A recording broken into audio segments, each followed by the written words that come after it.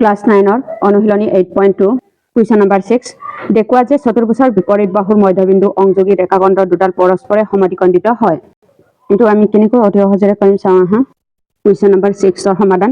ধৰা হল A B C D এটা চতুৰ্ভুজৰ পি কিউ আৰ আৰু এছ ক্ৰমে D C C B B A আৰু ডি এৰ মধ্যবিন্দু হ'ব প্ৰমাণ কৰিব লাগে যে পি আৰ আৰু কিউ এছ পৰস্পৰে সমদ্বিখণ্ডিত হয় অঙ্কন P Q Q R R S S P A C আৰু বি ডি সংযোগ কৰা হল এইটো হ'ব চিত্ৰটো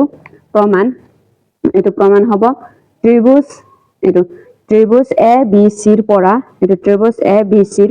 পৰা আমি পাইছো ত্ৰিভুজ এ বি সিৰ পৰা আৰ আৰু কিউ এ বি আৰু বি সিৰ মধ্যবিন্দু হ'ব এতেকে পি কিউ ইয়াত কি হ'ব R Q parallel A C হ'ব আৰু R Q equal to 1/2 A C হয় একেদৰে ইয়াত কি হ'ব P S parallel A C হ'ব আৰু ইয়াত কি হ'ব P S equal to 1/2 A C হ'ব এতেকে P Q parallel P S আৰু R Q equal to P S হ'ব এটো পি কিউ আৰ এছ চতুৰ্ভুজৰ এজোৰ বিপৰীত বাহু সমান আৰু সমান্তৰাল গতিকে পি কিউ আৰ এছ এটা সমান্তৰালিক হয় কুৱেশ্যন নম্বৰ 7 এ বি সি ত্ৰিভুজৰ সি কোণটো সমকোণ এ বি অতিভুজৰ মধ্যবিন্দু এমৰ যোৱাকৈ আৰু বি সিৰ সমান্তৰালকৈ অকা ৰেখাই এ সিক ডি বিন্দুত ছেদ কৰে দেখুৱা যে 1 টু ডি বিন্দুত এ সিৰ মধ্যবিন্দু 2 two M D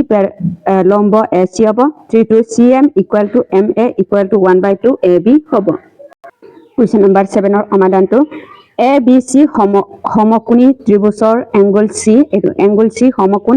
A B অতিভুজ মধ্যবিন্দুৰ এমৰ মাজেৰে বি সি সমান্তৰালকৈ টনা ৰেখাখণ্ড এ সি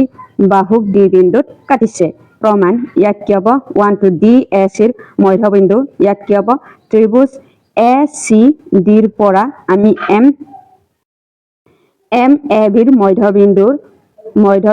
আৰু ইয়াত কি হ'ব M D Pyarelal two B সি হ'ব ডি এ সিৰ মধ্যবিন্দু হল ইয়াত কি হ'ব মধ্যবিন্দুৰ বিপৰীত উপপাদ্য মতে কৰিছো two M D Pyarelal B সি আৰু এ সি এ ইহতক কাটিছে এ সি এ কাটিছে তাৰ পিছত angle A D M equal to angle A C B ইয়াত অনুৰূপ কোণ হ'ব কিন্তু ইয়াত কি হ'ব angle A C B equal to কিমান হ'ব 90 ডিগ্ৰী দিয়া আছে তাৰ পিছত angle A D M equal to 90 degree হ'ব এম ডি লম্ব এ সি হ'ব 3 টু এতিয়া angle A D M plus angle C D M equal to 180 degree হ'ব ৰৈখিক জোৰ সহৃদ্ধিত হয় এতেকে angle A D M equal to angle C D M equal to কিমান হ'ব 90 ডিগ্ৰী হ'ব তাৰ পিছত ত্ৰিভুজ এ ডি এম আৰু ত্ৰিভুজ সি ডি এমৰ পৰা আমি পাইছো A D equal to C D হ'ব ইয়াত কি হ'ব এতেকে ডি সি এ ইয়াত কি হ'ব ডি সি এ সিৰ কি হ'ব এ সিৰ মধ্যবিন্দু হ'ব এটো এ সিৰ মধ্যবিন্দু হ'ব তাৰ পিছত angle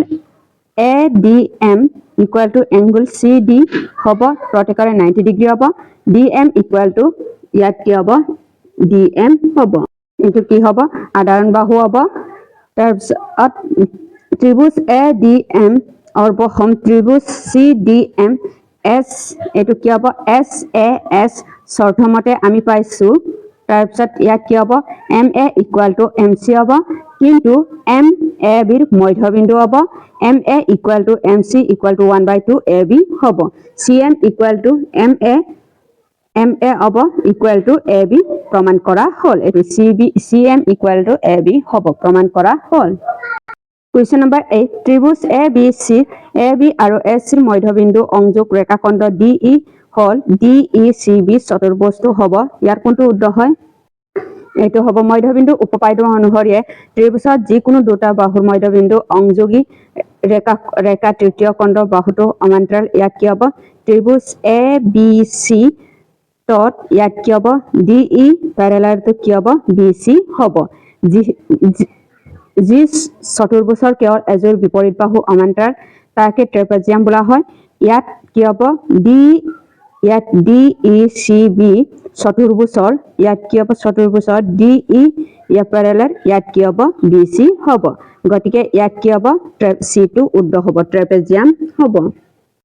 question number 9 ত্ৰিভুজ A B B সি আৰু এ সিৰ মধ্যবিন্দুবোৰ ক্ৰমে পি কিউ আৰু আৰ তেন্তে চতুৰ্ভুজটো এ পি কিউ আৰ হ'ব ইয়াৰ কোনটো উত্তৰ হয় এইটো হ'ব ত্ৰিভুজৰ যিকোনো দুটা বাহুৰ মধ্যবিন্দু সংযোগী ৰেখাখণ্ডৰ তৃতীয় বাহুৰ সমান্তৰাল আৰু আধা হয় ইয়াত কিউ আৰু আৰ হৈছে ক্ৰমে বি চি আৰু এ চিৰ কি হ'ব মধ্যবিন্দু হ'ব গতিকে ইয়াত কি হ'ব গতিকে কিউ আৰ পেৰেলাল ইয়াত কি হ'ব এ বি হ'ব ইকুৱেল টু কি হ'ব ইকুৱেল টু ইয়াত কিউ আৰ পেৰেলাল ইয়াত কি হ'ব এ পি হ'ব যিহেতু পি এ বিৰ ওপৰত অৱস্থিত হয় এইটো কিউ আৰ পেৰেলালটো কি হ'ব এ পি হয় যিহেতু পি এ বিৰ ওপৰত অৱস্থিত হয় একেদৰে পি আৰু কিউ হৈছে ক্ৰমে এ বি আৰু বি চিৰ মধ্যবিন্দু হ'ব গতিকে ইয়াত কি হ'ব পি কিউ পেৰেলালটো কি হ'ব এ চি হ'ব ইকুৱেল টু পি কিউ ইয়াত কি হ'ব পেৰেলাল এ আৰ হ'ব যিহেতু আৰ এ চিৰ ওপৰত অৱস্থিত হয় গতিকে ইয়াৰ কোনটো উত্তৰ হ'ব বি টো উত্তৰ হ'ব আমান্ত্ৰালিক হ'ব কুৱেশ্যন নম্বৰ 10 তলৰ উক্তি দুটা বিবেচনা কৰি বিকল্প সমূহৰ পৰা উত্তৰটো বাছি উলিওৱা 1 এটা ত্ৰিভুজত যিকোনো দুটা বাহুৰ মধ্যবিন্দু সংযোগী ৰেখাখণ্ডৰ তৃতীয় বাহুৰ এক তৃতীয়াংশ হওক 2 এটা ত্ৰিভুজৰ যিকোনো দুটা বাহুৰ মধ্যবিন্দু সংযোগী ৰেখাখণ্ডৰ তৃতীয় বাহুৰ সমান্তৰাল ইয়াৰ কোনটো উত্তৰ হ'ব এইটো হ'ব 1 টো অসত্য হ'ব কাৰণ এটা ত্ৰিভুজৰ মধ্যবিন্দু অনুসৰিয়ে মধ্যবিন্দু সংযোগী ৰেখাখণ্ডৰ তৃতীয় বাহুৰ আধা হয় এক তৃতীয়াংশ নহয় গতিকে উক্তিটো কি হ'ব অসত্য হ'ব 2 এটা ত্ৰিভুজৰ মধ্যবিন্দু প্ৰহমিক অনুসৰি এই উক্তিটো সম্পূৰ্ণ কি হ'ব সত্য হ'ব এই কাৰণে ইয়াৰ কোনটো উত্তৰ হ'ব বি টো উত্তৰ হ'ব এটোৱে হ'ব 8.2 প্ৰশ্নৰ উত্তৰটো